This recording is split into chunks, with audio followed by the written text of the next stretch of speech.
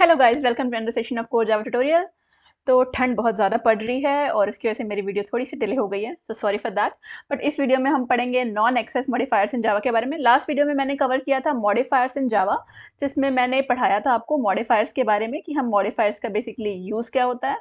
अब इस वीडियो में हम पढ़ रहे हैं नॉन एक्सेस मॉडिफायर्स इन जावा। तो गाइस, नॉन एक्सेस मॉडिफायर काफ़ी सारे होते हैं, जैसे static, final, abstract, synchronize, transient, volatile.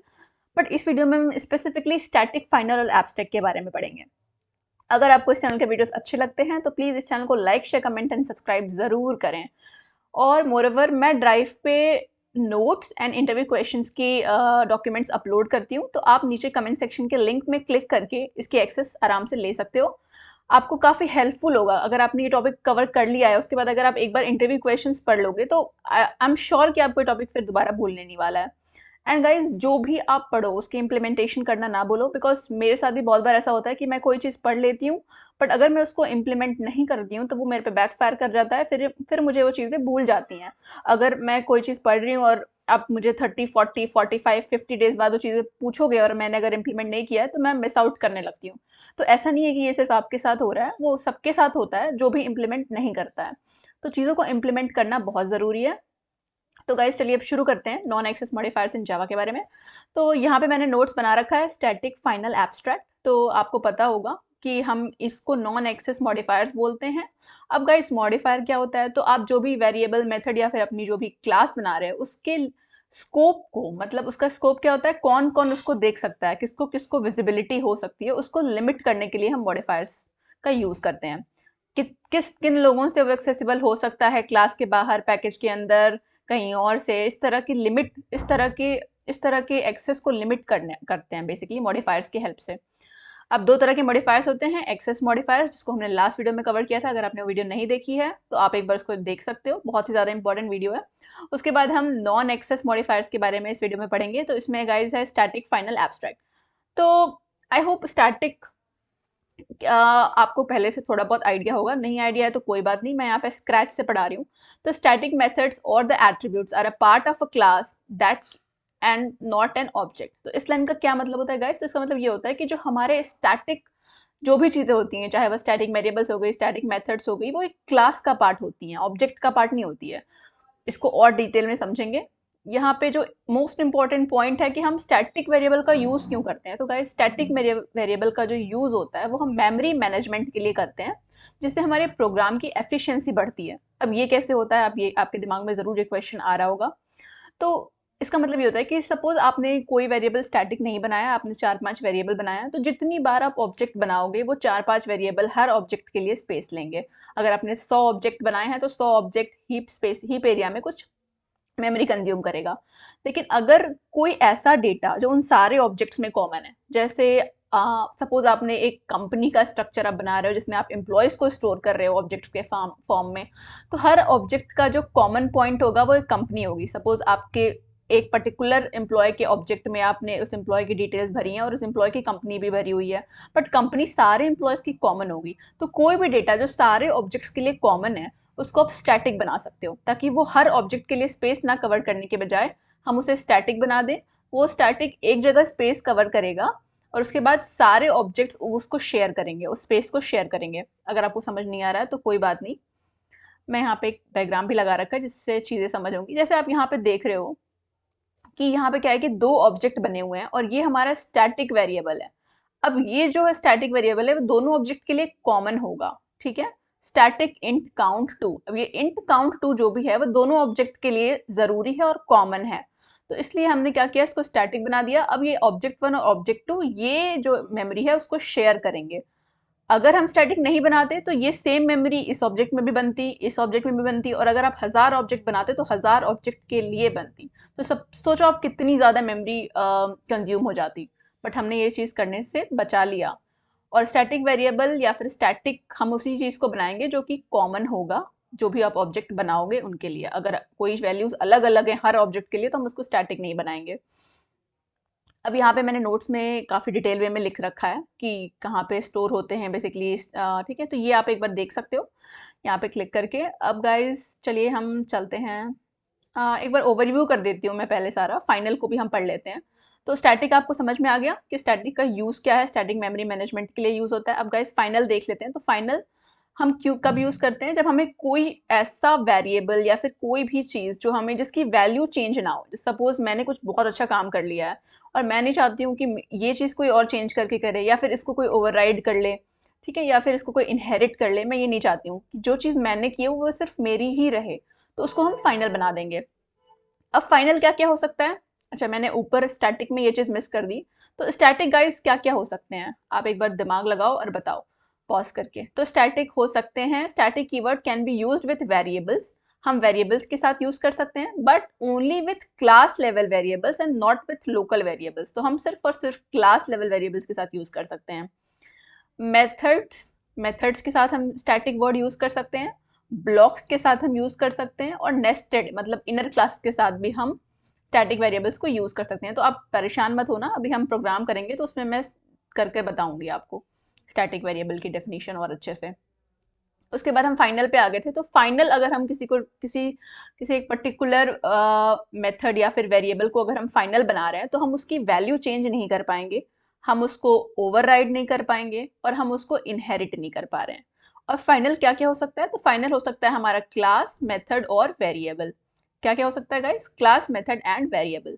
यहाँ पे मैंने कुछ एग्जांपल्स दिए हुए हैं उसको बेटर तरीके से समझने के लिए। तो ये आप देख सकते हो, ये नोट्स मैं काफ़ी टाइम लेके बनाती हूँ, तो मैं इसमें ओनली इंपॉर्टेंट पॉइंट्स ही लिखती हूँ।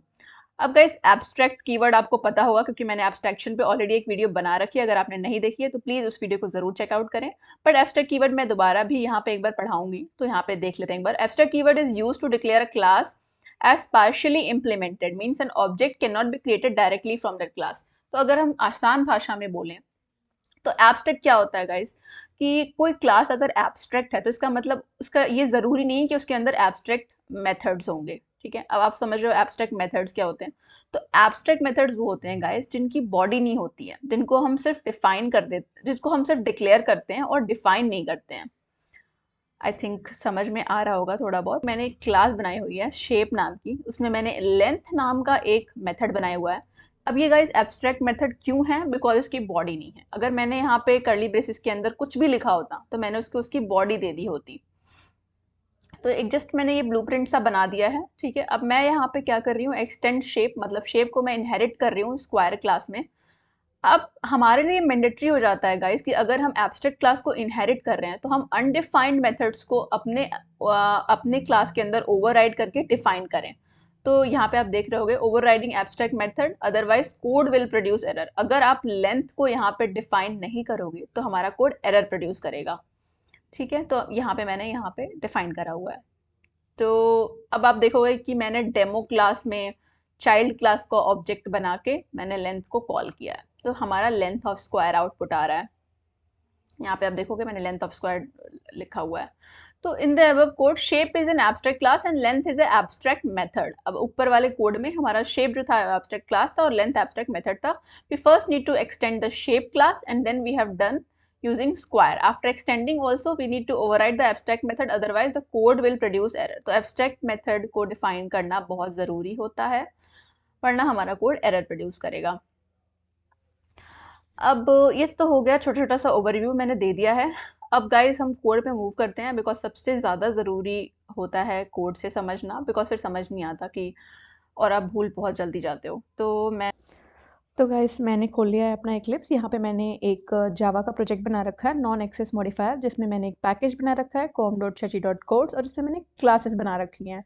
तो आपको पता है कि आज हम स्टैटिक, फाइनल और एब्स्ट्रैक्ट को देख रहे हैं। तो सबसे पहले मैं स्टैटिक का डेमो दूंगी और यहाँ पे हम समझने की कोशिश करेंगे कि बेसिकली स्टैटिक कीवर्ड के क्या एडवांटेजेस हैं।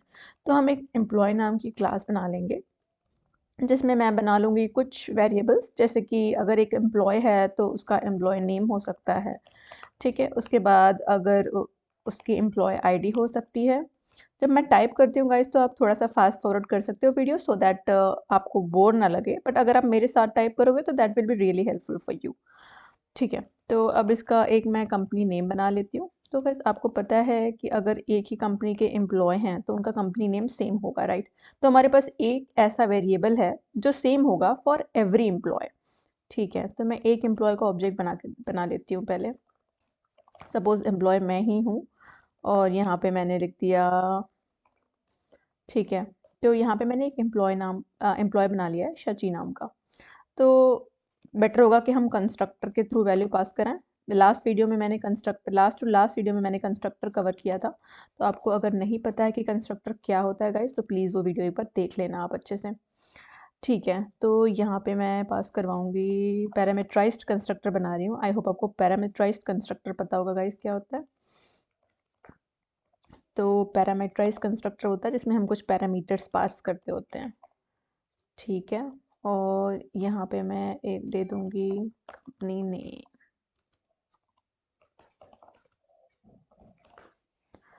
ओके, अब ये एरर बता रहा है क्यों? क्योंकि यहाँ पे मैंने कंस्ट्रक्टर तो बनाया है लेकिन मैंने पैरामीटराइज बनाया हुआ है। तो यहाँ भी हमें पैरामीटर पास करने होंगे। इससे पहले मैं वैल्यू सेट करा लेती हूँ।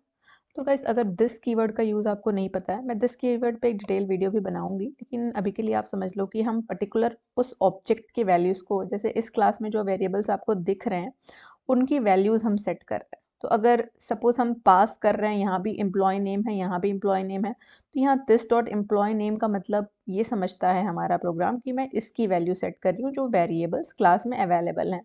मतलब आप बोल सकते हो इंस्टेंस वेरिएबल की वैल्यू सेट कर रहे हैं।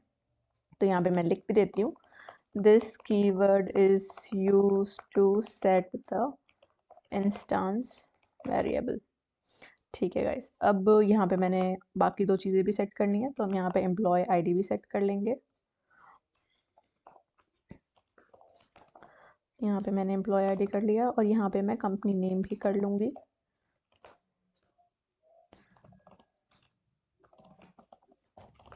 ठीक है, तो अब यहाँ पे वैल्यूज़ पास करा देते हैं। सबसे पहले मुझे नेम पास कराना है, तो सपोज़ मैं ही अपना नाम ही दे देती हूँ। शची मैंने पास करा लिया, पूरा नाम दे देती हूँ।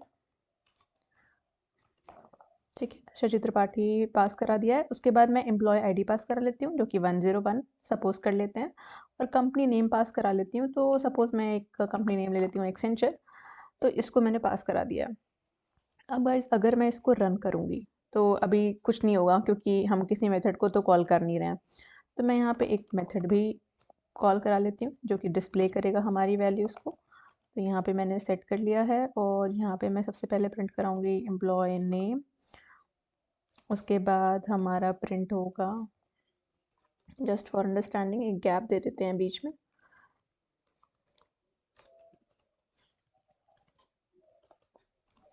उसके बाद यहाँ पे एम्प्लॉय आईडी प्रिंट करा लेंगे, फिर यहाँ पे हम और यहाँ पे हम प्रिंट करा लेंगे कंपनी नेम।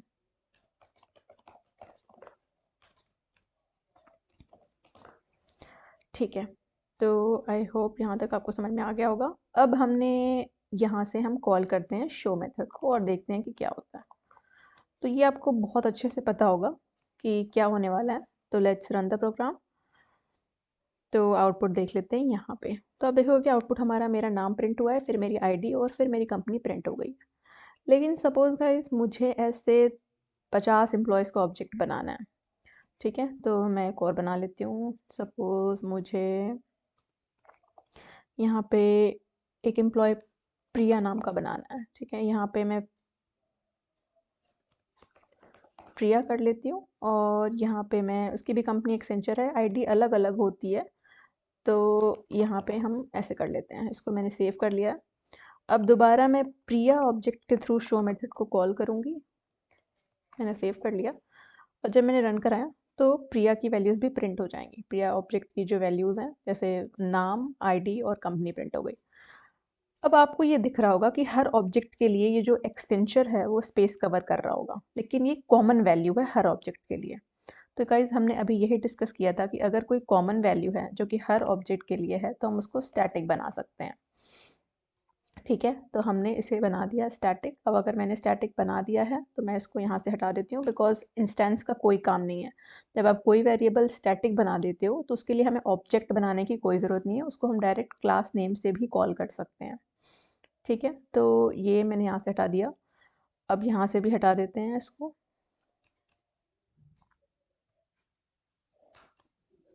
ठीक है, तो ये मैंने सेव कर लिया। तो अभी आप देखोगे कि इसकी वैल्यू तो अभी हमने कुछ नहीं कराई है, तो हम यहाँ पे इसकी वैल्यू दे देते हैं। जैसे मैं सेट कर देती हूँ, क्लास का नाम है हमारे एम्प्लॉय डॉट, अगर देखोगे तो देखो हमें ऑप्शन भी आ रहा है कि आप कंपनी नेम सेट कर सकते हो। तो मैंने एक बार ये सेट कर दिया कि भाई कंपनी नेम तो एक्सेंचर ही है।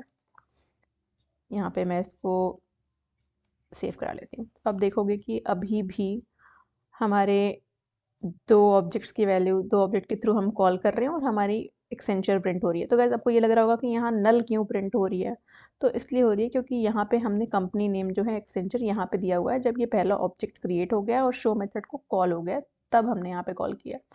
इसको अगर मैं ऊपर लिख देती हूँ, फिर सेव करती हूँ, तो आप देखोगे कि हमारी वैल्यूज़ में अब एक्सेंचर दोनों बार प्रिंट हो जाएगी, राइट। तो ये तो गाइज हो गया हमारे स्टैटिक कीवर्ड का यूज़ विथ द वेरिएबल। अब हमें, आपने भी पढ़ा होगा कि हम स्टैटिक कीवर्ड को यूज़ कर सकते हैं, स्टैटिक ब्लॉक भी बना सकते हैं हम, और स्टैटिक मेथड भी बना सकते हैं। ठीक है, तो एक बार हम स्टैटिक मेथड बनाने की कोशिश करते हैं। तो मैं यहीं पे बना लेती हूँ।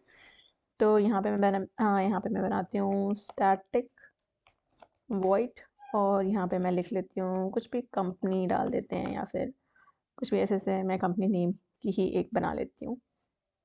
तो गाइस अब आप देखोगे कि यहाँ पे मैंने कंपनी नेम का एक स्टैटिक मेथड बना लिया है, और यहाँ पे मैं प्रिंट करवा देती हूँ, कंपनी बना लेते हैं सिर्फ, और यहाँ पे मैं प्रिंट करवा देती हूँ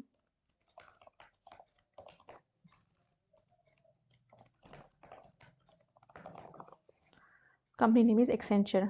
तो अब आप देखोगे कि ये जो मेथड है, जो कि हमारा स्टैटिक मेथड है, इसके लिए हमें, इसको कॉल करने के लिए, जैसे गाइस शो मेथड को कॉल करने के लिए हमें ऑब्जेक्ट का यूज़ करना पड़ रहा है, मतलब हमें ऑब्जेक्ट बनाना पड़ रहा है। लेकिन अगर हमने स्टैटिक मेथड बनाई है तो हम इसको डायरेक्ट क्लास के थ्रू कॉल करेंगे। तो जैसे मैंने यहाँ पे लिख दिया एम्प्लॉय डॉट, तो आप देखोगे कंपनी का भी ऑप्शन आ रहा है। फिर इसको मैं सेव कर लेती हूँ, और जब मैं इसको रन कराऊंगी गाइस, तो आप देखोगे कि कंपनी प्रिंट होके आ जाएगी, that company name is Accenture यहाँ पे। तो इससे गाइज यही पता चल रहा है हमें कि यहाँ पे हमारी कंपनी नेम प्रिंट होके आ चुकी है। तो अब तक हमने ये समझा कि हम एम्प्लॉय जो नेम है, जो कंपनी नेम है, उसको हम स्टैटिक बना सकते हैं, बिकॉज वो कॉमन है हर इंस्टेंस के लिए। और स्टैटिक ब्लॉक भी हमने देखा कि अगर, सॉरी, स्टैटिक मेथड भी हमने देखा कि अगर हम कोई मेथड स्टैटिक बना लेते हैं, तो हमको उस मेथड को कॉल करने के लिए भी ऑब्जेक्ट बनाने की ज़रूरत नहीं है, हम डायरेक्टली उसको कॉल कर सकते हैं अपने क्लास की हेल्प से। अब गाइस एक और चीज़ बचती है, स्टैटिक ब्लॉक। तो आपको पता है कि सबसे पहले मैं देखती हूँ, आपको पता है कि स्टैटिक जो भी होता है उसके लिए ऑब्जेक्ट बनाने की ज़रूरत नहीं होती है। तो यहाँ पे एक और पॉइंट है, ये आप देख रहे होगे कि यहाँ पे मेन मेथड को हमने स्टैटिक बना रखा है, सिर्फ इसीलिए बना रखा है ताकि हमें मेन मेथड को कॉल करने के लिए, प्रोग्राम को मेन मेथड को कॉल करने के लिए ऑब्जेक्ट बनाने की ज़रूरत ना पड़े, ऑटोमेटिकली मेन मेथड कॉल हो जाए। सिमिलरली गाइस होगा स्टैटिक ब्लॉक के साथ भी। तो अगर मैं एक स्टैटिक ब्लॉक बना लेती हूँ, और यहाँ पे मैं कुछ भी प्रिंट करा देती हूँ, जैसे I am in static block, तो आप देखोगे कि ये वैल्यू अपने आप ही प्रिंट हो जाएगी, और सबसे पहले प्रिंट होगी, क्योंकि जब क्लास लोड होगा तो हमारे जितने भी स्टैटिक ब्लॉक होते हैं, वो स्टैटिक ब्लॉक के अंदर आप जो भी लिखते हो वो चीज़ें हो जाती हैं। तो जैसे मैंने यहाँ पे एक सिंपल सा मैंने system dot out dot println लिखा हुआ है, तो आप देखोगे कि यहाँ पे हो रहा है I am in static block, ये चीज़ यहाँ पे प्रिंट हो चुकी है। तो आई होप ये चीज़ समझ में आ रही होगी कि हम कैसे किसी ब्लॉक को स्टैटिक बना सकते हैं। यहाँ पे मैं लिख भी देती हूँ,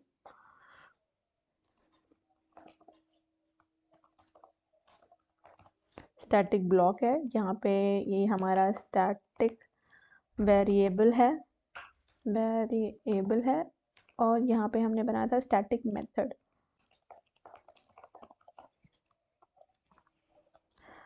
ठीक है, तो ये चीज़ समझ में आ गई होगी आई होप।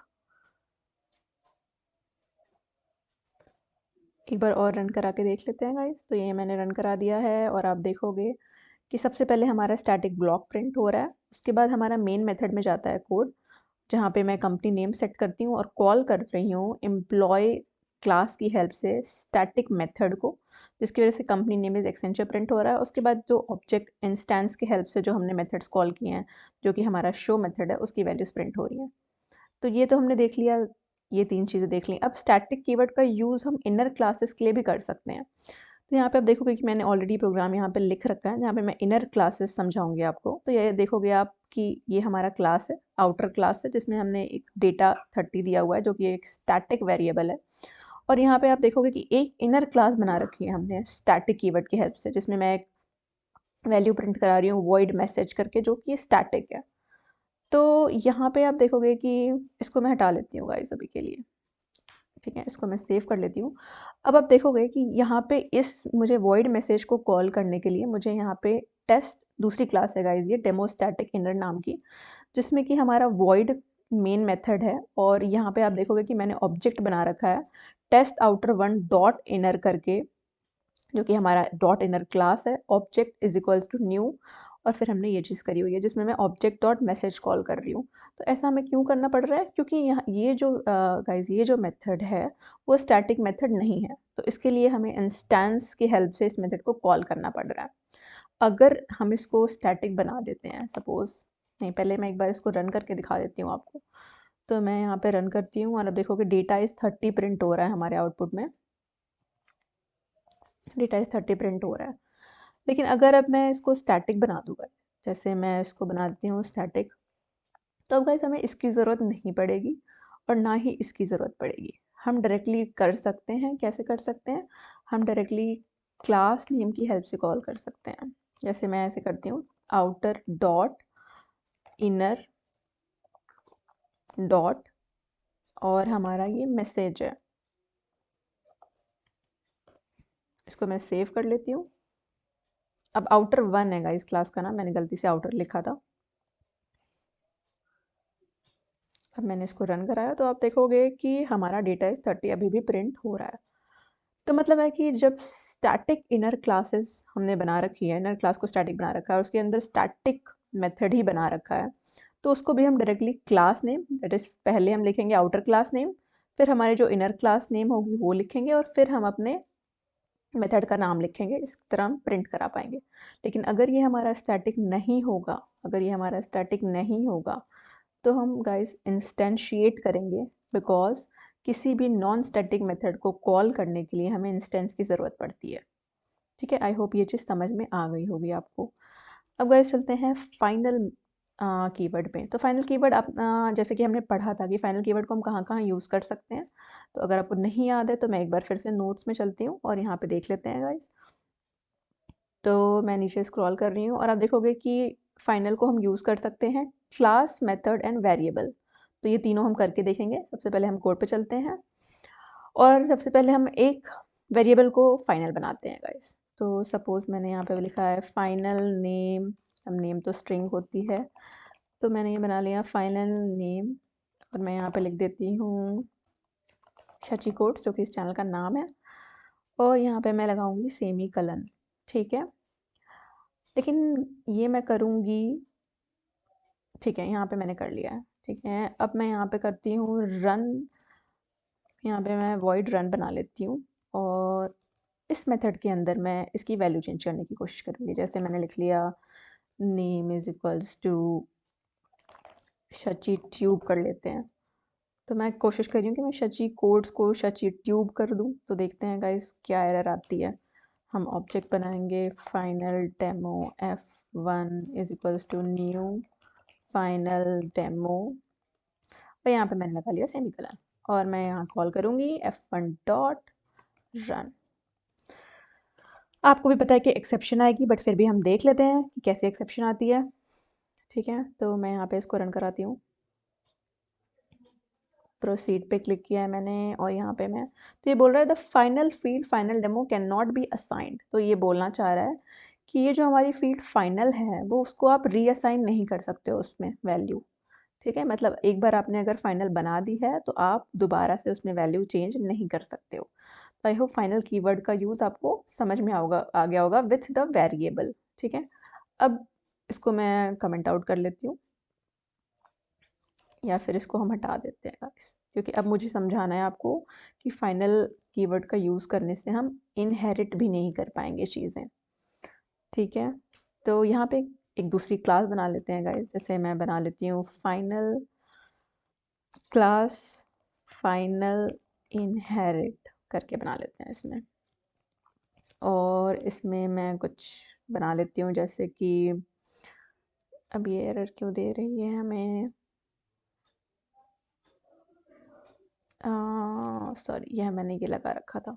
ठीक है, तो यहाँ पे मैं बना लेती हूँ, यहाँ पे एक वेरिएबल बना लेते हैं। जैसे क्या बनाएंगे, हम बना लेते हैं int name int id is equals to 101 बना लेते हैं यहाँ पे गाइस। और फिर हम यहाँ पे एक मेथड बनाते हैं जो कि होगा हमारा फाइनल वॉइड शो। ठीक है, और इसको हम कोई वैल्यू नहीं देते हैं, नहीं इसमें हम कुछ वैल्यू डाल देते हैं। जैसे हम डाल देते हैं इसमें high I am in final inherit. ठीक है, लेकिन गाइज अभी आप देखोगे कि जब हम यहाँ पे एक दूसरी क्लास बना लेते हैं, क्लास डेमो नाम की, जिसको मैं एक्सटेंड्स कर दूंगी हमने फाइनल इनहेरिट क्लास से। ठीक है, उसके बाद यहाँ पे हम ट्राई करेंगे कि हम फाइनल वॉइड शो को इसमें इम्प्लीमेंट करने की कोशिश करें। तो जैसे भी मैं यहाँ पे लिखूँगी वॉइड शो, और यहाँ पे मैं वैल्यू चेंज करने की कोशिश करूँगी। जैसे मैं लिख लेती हूँ high I am in final inherit. ठीक है, इसको मैंने सेव कर लिया है गाइस। तो अभी आप ये फाइनल डेमो का तो हमें ऑब्जेक्ट बनाने की कोई ज़रूरत नहीं है, हम ऑब्जेक्ट बना लेते हैं डेमो का। तो demo d1 is equals to new demo हमने लिख लिया, और हम ऐसे कर लेंगे, तो हम सेव कर लेते हैं। अब गाइस यहाँ पे आप देखोगे कि ये बोल रहा है can not override the final method from final inherit. तो आई होप ये चीज़ समझ में आ रही होगी। ये बोल रहा है कि भाई ये जो फाइनल इनहेरिट क्लास बना रखी है, उसमें तुमने जो मेथड बनाया उसको फाइनल बनाया है, तो तुम सोच समझ के ओवरराइड करो, क्योंकि फाइनल मेथड को हम ओवरराइड नहीं कर सकते हैं। फाइनल मेथड को हम ओवरराइड नहीं कर सकते हैं, फाइनल वेरिएबल की हम वैल्यू चेंज नहीं कर सकते हैं। तो ये दो चीज़ें हमने देख ली हैं। अब हम ये कर सकते हैं गाइस कि यहाँ पे हम फाइनल ये हटा देते हैं। ठीक है, ये हमने यहाँ से हटा दिया, और यहाँ पे हम क्लास को फाइनल बना लेते हैं। ठीक है, तो मैंने यहाँ लिख दिया फाइनल क्लास। अब आप देखोगे कि यहाँ भी एरर करेगा कि भाई तू पागल हो गया है क्या, अभी तूने मेथड से हटा के क्लास को फाइनल बना दिया। तो फाइनल क्लास को भी हम इनहेरिट नहीं कर सकते हैं। मतलब मैंने शायद पहले ही गलत बता दिया। हाँ, तो मैं ये बताने चाह रही थी कि हम फाइनल मेथड को ओवरराइड नहीं कर सकते हैं, और फाइनल क्लास को इनहेरिट नहीं कर सकते हैं। ठीक है, तो एक बार मैं अपनी गलती फिर से सही करती हूँ। मैंने इसको रिमूव किया, और जब मैं इस मेथड को फाइनल बनाऊंगी गाइस, तो आप देखोगे कि यहाँ पे एरर आ रही है can not override the final method. तो ये बोल रहा है कि भाई तुमने यहाँ पे इस मेथड को फाइनल बना दिया है, तो तुम यहाँ पे कैसे ओवरराइड कर रहे हो, क्या तुम पागल हो गए हो? हमारा कोड हमसे यही कहना चाह रहा है। तो ये लिख रहा है final method can not B override. ठीक है, और तो ये हमें समझ में आ गया था, इसके हम फाइनल मेथड को ओवरराइड नहीं कर सकते हैं। ठीक है, ठीक है, फाइनल मेथड हटा के फाइनल क्लास बना लेते हैं। तो यहाँ पे हमने फाइनल लिखा, तो अब देखोगे कि यहाँ फिर से एरर आ रही है। वो ये कह रहा है कि भाई अगर तुमने क्लास को फाइनल बना दिया है, तो तुम उसको इनहेरिट नहीं कर सकते हो। तो हम यहाँ पे लिख देंगे final class can not B inherit. आपको साफ साफ यहाँ पे एरर दिख रही होगी, मैं कुछ नहीं कह रही हूँ, जावा खुद बोल रहा है कि डेमो कैन नॉट सब class the final class final inherit. मतलब जो डेमो क्लास है वो फाइनल इनहेरिट क्लास को फाइनल इनहेरिट क्लास को इनहेरिट नहीं कर सकता। ठीक है गाइस, तो हमने ये देख लिया। सबसे पहले हमने ये देखा कि हम फाइनल जो हमने फाइनल वेरिएबल बनाया था उसकी वैल्यू हम नहीं चेंज कर पा रहे थे। फिर हमने ये देखा कि हमने जब फाइनल मेथड बना दिया तो हम उसको ओवरराइड नहीं कर पा रहे थे। फिर हमने ये देखा कि जब हमने क्लास को फाइनल बना दिया तो हम उसको इनहेरिट नहीं कर पा रहे थे। आई होप फाइनल कीवर्ड आपको समझ में आ गया होगा। अब चलते हैं गाइस एब्स्ट्रैक्ट पे। तो गाइस मैंने एब्स्ट्रैक्शन पे एक पूरी वीडियो बना रखी है, तो अगर आपको यहाँ पे यहाँ पे भी मैं समझा रही हूँ, बट वो वीडियो भी आप देख लेना एक बारी, क्योंकि वो बहुत ही अच्छी वीडियो मैंने बना रखी है। तो ठीक है गाइस, तो चलते हैं, क्लास बना लेते हैं शेप नाम की। मेरा फेवरेट एग्जांपल है ये एब्स्ट्रैक्शन को समझाने के लिए, बिकॉज शेप में मैं एक मेथड बना लेती हूँ, वॉइड शो नाम का बना लेते हैं। ठीक है, और यहाँ पे इस मेथड की मैं कोई इस मेथड को मैं सिर्फ और सिर्फ डिक्लेयर कर रही हूँ गाइस, डिफाइन नहीं कर रही हूँ। मतलब मैं इसकी बॉडी नहीं बना रही हूँ, मैं इसमें कर्ली ब्रेसेस नहीं लगा के उसमें कोई वैल्यू नहीं दे रही हूँ। तो यहाँ पे आप देखोगे कि ये बोलेगा कि this method requires a body instead of semicolon. तो ये बोल रहा है कि या तो तुम इस मेथड की बॉडी बना दो, या तो तुम इस मेथड को एब्स्ट्रैक्ट बना दो। तो आप देखोगे कि अगर हमने इसको एब्स्ट्रैक्ट बना दिया तो ये बोलेगा कि भाई तुम्हें पता है ना कि अगर क्लास में एक भी मेथड एब्स्ट्रैक्ट रहेगा तो हमें क्लास को भी एब्स्ट्रैक्ट बनानी पड़ेगी, ऐसे नहीं कर सकते तुम। तो अब आप देखोगे, अब सारे एरर्स चले गए। मतलब अगर आपकी क्लास में एक भी मेथड एब्स्ट्रैक्ट है तो आपको क्लास को भी एब्स्ट्रैक्ट बनाना मैंडेटरी है। लेकिन उसका उल्टा है क्या? एक बार मैं इसको हटा देती हूँ तो देखती हूँ कोई एरर है क्या। तो यहाँ पे आप देखोगे वो बोलेगा दिस मेथड रिक्वायर्ड्स अ बॉडी। वो बस ये बोल रहा है कि यहाँ पे बॉडी दे दो। तो अगर मैं यहाँ पे बॉडी दे देती हूँ, सपोज मैंने यहाँ पे बॉडी देती हूँ, तो कोई एरर नहीं है। मतलब आप एब्स्ट्रैक्ट क्लास के अंदर अगर एब्स्ट्रैक्ट मेथड नहीं बनाओगे तो उसको चलेगा, लेकिन अगर आप एब्स्ट्रैक्ट मेथड बना के क्लास को एब्स्ट्रैक्ट नहीं बनाओगे तो उसको नहीं चलेगा। ठीक है, तो ये चीज़ क्लियर हो गई होगी। अब गाइज हम यहाँ पे एक और क्लास बना लेते हैं। जैसे मैं क्लास बना लेती हूँ स्क्वायर नाम की, और यहाँ पे मैं ट्राई करती हूँ यहाँ पे। तो आप देखोगे कि अगर मैं इसको एक्सटेंड कराऊंगी, मैं यहाँ पे एक्सटेंड्स शेप क्लास कराऊंगी, तो आप देखोगे कि जब भी हम किसी एब्स्ट्रैक्ट क्लास को इनहेरिट करते हैं तो हमारे लिए मैंडेटरी होता है कि हम जो अनडिफाइंड मेथड है, जो मेथड सिर्फ और सिर्फ डिक्लेयर है, उसको अपनी क्लास में डिफाइन कर सकें। तो यहाँ पे आप देखोगे ये मुझे वही चीज़ बोल रहा होगा कि this type square must implement the inherited abstract method shape dot show. तो बोल रहा है कि जो भी अगर आपने किसी एब्स्ट्रैक्ट क्लास को इनहेरिट किया है अपने क्लास में, तो उसमें जो अनइम्प्लीमेंटेड मतलब जो अनडिफाइंड मेथड है, मतलब जो कि हमारा एब्स्ट्रैक्ट मेथड है, उसकी वैल्यू प्रोवाइड करना मैंडेटरी है। तो भाई ठीक है, मैंडेटरी है तो हम वैल्यू दे देते हैं। तो यहाँ पे मैंने दे देती हूँ कि hi I am a square and it's too cold in North India. I hope जो भी नॉर्थ में रह रहे होंगे वो ये चीज़ एक्सपीरियंस कर रहे होंगे। तो ठीक है, अब तो सब कुछ सेट लग रहा है, कहीं कोई एरर नहीं दिख रही हमें। तो हम बस फटाक से स्क्वायर का ऑब्जेक्ट बना के देख लेते हैं कि सब बढ़िया चल रहा है या।